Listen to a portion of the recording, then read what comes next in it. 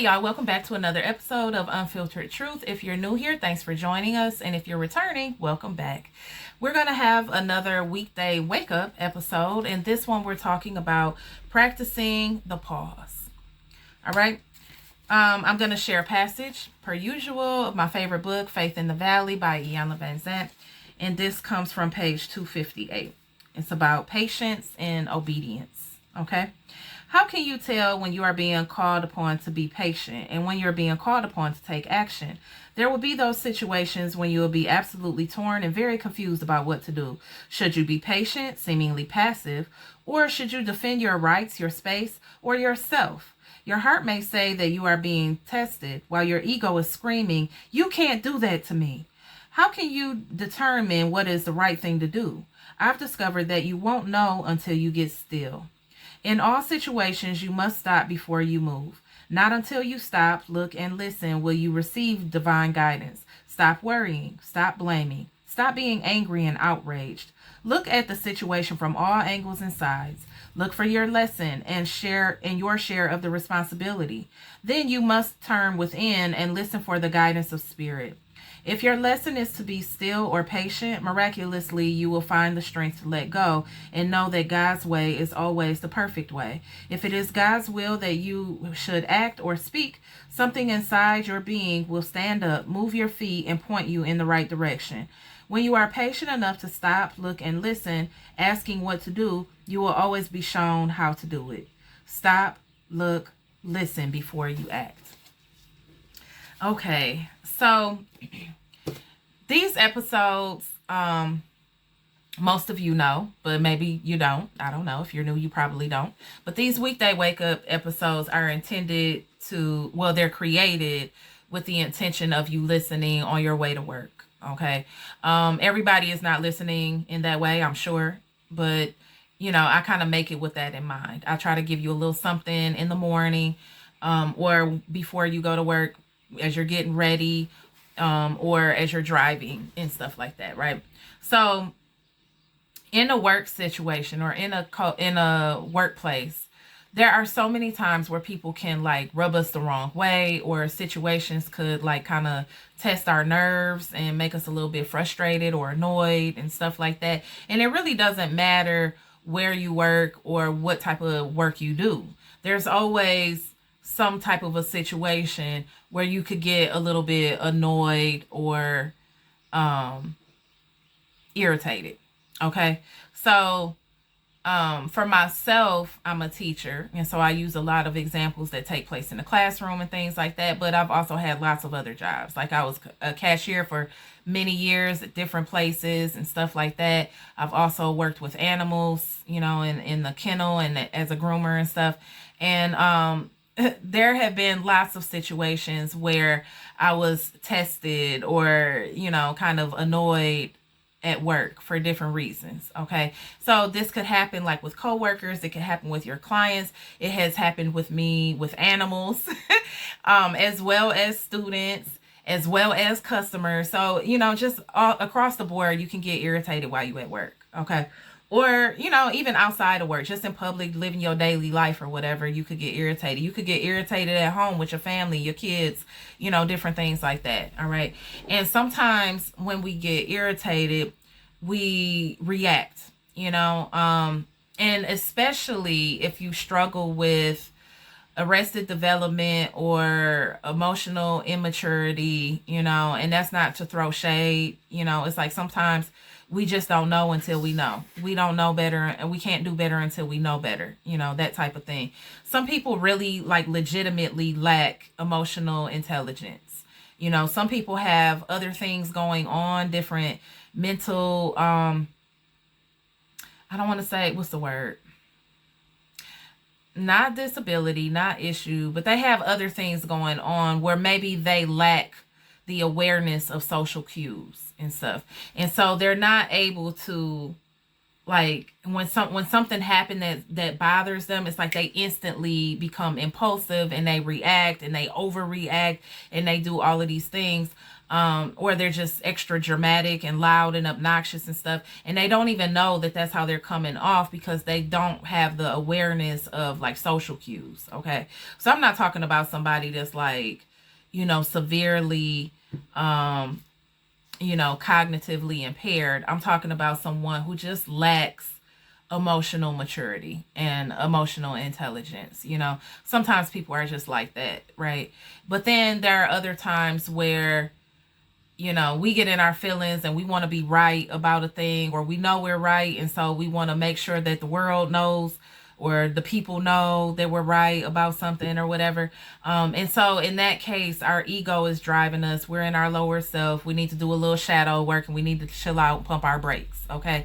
But sometimes people are not woke enough to really know that about themselves. And so in their mind, they're just right. And so they're just pushing the issue. Okay. So, if you have an irate parent come to a parent conference, or you have a irate customer in a store or something like that, this is the type of stuff that I'm talking about. They think they're right, so they get emotional, they get all upset. Now they doing the most, trying to prove their point and stuff. And in those type of heated situations where you're at work and you're supposed to remain steady and calm and professional and stuff, these types of things can really challenge you, right? But sometimes it's like we need to, before we even say anything back, like, go ahead and let that person spaz. Let them crash out a little bit if that's what they want to. But just stay there and be steady. Stoicism is awesome, okay? If you can just manage your emotions to be, to pause, then you may gain a whole new perspective before you even open up your mouth to say something. Okay. I can't tell you how many times I've been at work and seen a student do something that I was about to check them on, but I just waited first to see, was I even seeing this right? Did I even hear that right? Like, I just waited first, and then maybe it wasn't even what I thought it was, or maybe they corrected themselves and readjusted, and then they got it right. And sometimes even apologize to me proactively without me even having to say something. Sometimes, their friend may check them. And so I don't even really have to say nothing. I get to watch these kids interact, and, I get to watch some positive redirection and stuff, and I didn't even have to be involved or whatever, right? There are so many times like that, right? There have been so many times where, I see somebody and they look like they're mad, or they look like they're sad or whatever. And maybe they just have a headache. Maybe they're just, stressed out because something happened at home or with their family or whatever. Okay. The point is, we don't always know what's going on with another person. All right. And sometimes we can just impulsively and instinctively react to a situation. Sometimes people are trying to provoke a reaction out of us. Okay. And even in those situations, it's important that we pause before we respond, because, there could be any number of reasons that person is trying to provoke us. It could be them dealing with their own issues, or not really dealing with their own issues. And that's why they're trying to provoke a reaction out of us, because they find that type of stuff fun and enjoyable. And really they got their own little internal work that they need to do or whatever. But if that's the case, then we should be mature enough to rise above all of that, because that's really just petty. Okay. So we should be able to see that for what it is and rise above and just be like, okay, well, they still right there dealing with that. And I remember when I was younger and I used to deal with that too. So I get it. I'm just not interested in engaging in that. Okay. So sometimes it's just, you can solve so many issues just by being quiet, really, and sometimes, I did mention this a little bit a couple episodes ago with stillness. That was the very first weekday wake up episode of this season. So if you haven't caught that, then you could go back and watch or whatever. But I recommend some different strategies for like finding stillness at work, like taking the time out to pause and breathe and stuff like that. Sometimes there have been moments where something happens in the classroom and I feel very challenged. Like, maybe somebody is being extremely rude, extremely disrespectful. They're just outright being a jerk. Okay. And we are trapped in a room together. Okay. And I got to be professional and patient and extend grace to this person and stuff like that. So there have been situations like that. And I have immediately closed my eyes, counted to 10, said a little prayer, Lord, give me the words to say, show me how to react to this, something like that. And then, when I open my eyes and I get ready to speak, either I have exactly the right thing to say, or whatever the problem was, it's already been resolved before I even have to say anything. All right. So there is so much power in the pause. Okay. I wonder if I might change the title of this to that, because I kind of like that. But anyway, there's so much power in the pause. All right. When you are pausing on purpose so that you can gain clarity and wisdom before you respond or react, that is such a powerful position to be in. It may look like you're not doing anything because you're just sitting there with your eyes closed, or you're just sitting there and you're being still. I used to say a little joke like, my most powerful position is sitting down with my eyes closed, and that's because it looks like I'm not doing anything. But really, God and I are having a whole back and forth conversation. And actually, it's more so him talking to me than me talking to him. And him talking to me, he's giving me all this insight. He's giving me all the information that I need. He's showing me visions. He's speaking to me. He's, allowing me to feel things in the spirit and all of that. And I'm literally just sitting there with my eyes closed, but he's giving me so much information. And if I'm afraid or if I'm uneasy about something, I can speak to him in that moment while I'm just sitting there with my eyes closed and tell him the truth about how I'm feeling. And, maybe even say, hey, I don't know what to do about this. I don't know what to say. Give me the words, show me what I need to do, and so forth, or however I need to word that, right? And if I sit there long enough, and it don't even have to be forever. It could just be, a quick little 30 seconds or sometimes even less. Especially if I'm in a tight spot, I will say like, hey, I got to respond like right now. Please show me what to do, take over, give me the words, whatever, and take a couple deep breaths, and then boom, he then already took care of it. As soon as I open my mouth, I'm saying something that I didn't even plan to say, and it's the best thing that ever could have been spoken. So taking that time to pause. We live in a fast-paced world, and people are just so used to everything being instant. And some people that want to provoke you, like they look for you to lower your guard and, kind of fall off and come out of character and react impulsively and stuff like that because they prodded at you a little bit or whatever, so those are the situations where we really have to be careful, because we don't want to put ourselves in a situation that could be detrimental for us. So, never let other people pull puppet strings. Don't be attached to those puppet strings so that they can manipulate you or maneuver you and try to get you off your square or whatever. Okay. So pausing gives us the power to see things for what they are. And if we're wrong, it's important that we do the internal work so that we are completely okay with taking accountability. A lot of times, especially on social media, there's a lot of people talking about how other people don't want to take accountability and stuff like that. But, sometimes I wonder, how quick are those people who are complaining about that? How quick are they to take accountability?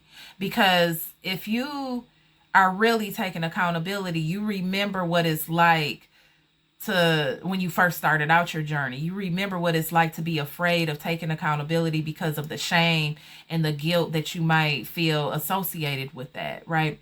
So, it's easier to give people a little bit of grace, a little bit of understanding, extend a little empathy and stuff like that, and really look at things from all different sides. Like, maybe they're just afraid to admit that they're wrong because they don't want to feel this or that and it's uncomfortable or whatever. Okay. So that doesn't mean that they're justified. It just means that you understand why they're like that. That don't mean that you have to entertain that, or you have to, engage with people like that or anything. That could still be a deal breaker for you, but that doesn't mean that you got to bash them because they're just not where you are yet. All right. But, likewise, it's important for us to recognize how we're showing up. If we're showing up as being very judgmental, or maybe even being very divisive, or, self-centered, or, egotistical, different things like that. Sometimes it's like we got to check ourselves, and we got to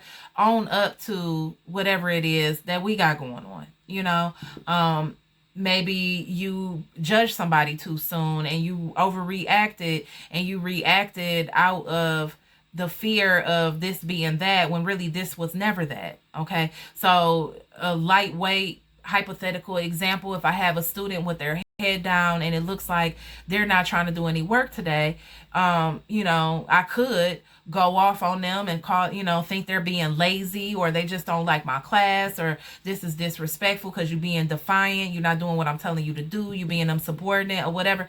I could react that way. Some teachers do. Or I could, be a little bit more curious, like, what's going on? You all right? And maybe they would tell me at that time, like, they just lost a relative yesterday or the day before. They just went to somebody's funeral, or they not feeling well, or one of their parents is sick, or whatever. Okay. And so then that would give me the insight that I need to, like, shift my perspective, and, maybe even be a little bit more kind and considerate of what they have going on, so that I can support them with that. Okay. So pausing is so powerful. Taking that moment to just take a minute, take a pause, take a breath, and just kind of, ask God to take the wheel if we don't know what to do. That is so incredibly powerful, and just like the book says, if we're afraid, we don't really know what to do, but all of a sudden God wants us to do something, he's going to give us this very strong urge, and everything would just fall right into place, and we couldn't have done it better in our own strength, even if we wanted to. Okay. Likewise, if we need to be patient and we need to just kind of let stuff play out, or let him deal with a thing or whatever, then he will literally make our mind go blank, so we have no words. Okay. He will create space and distance between us and whoever that person is, so that he can deal with things without us feeling the need to be involved at all. Okay. But that only happens when you surrender to him. When you surrender your ego, when you surrender being right, when you surrender, being afraid of taking accountability and experiencing the guilt and the shame of being wrong or making a mistake or something, that can only happen when you are truly submitted to God, where you get these downloads, and the guidance and the discernment that you need on how to move forward. Is you really can't do that just on your own. You got to, like, move out the way, and the best way to do that is to pause. Just pause and trust. Talk to him and just wait. Just trust, and trust that he's going to lead you to the next step, and the next step he's going to give you the words that you need. He's going to take charge of that situation if you need to just chill and be patient. Sometimes he'll even throw other things up. If you need to be patient, for example, if you need to wait for a certain situation to work out, and you don't really know how it's going to fall. For example, let's say you're waiting on an approval for a house or a car, or, something kind of like that, where you got to wait a minute for things to be processed. Sometimes he will distract you because he knows it might be difficult for you to be patient. Sometimes he'll throw other stuff in your path so that you can focus your attention on those things, instead of, twiddling your thumbs and being on edge, waiting for this other thing to work out, or waiting to get an answer back and stuff like that. Okay.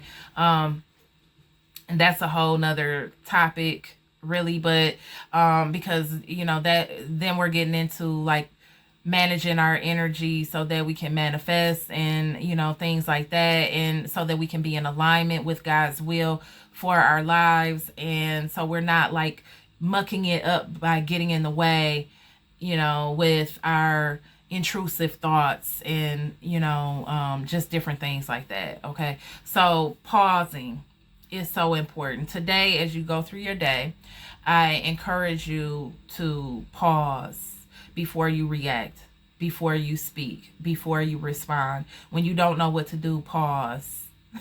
When somebody does something, when they playing in your face, they trying, you pause. just pause and give it to God and let Him lead the way after that.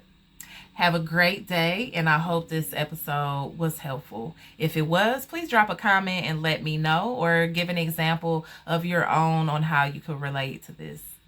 Thanks, and have a great day.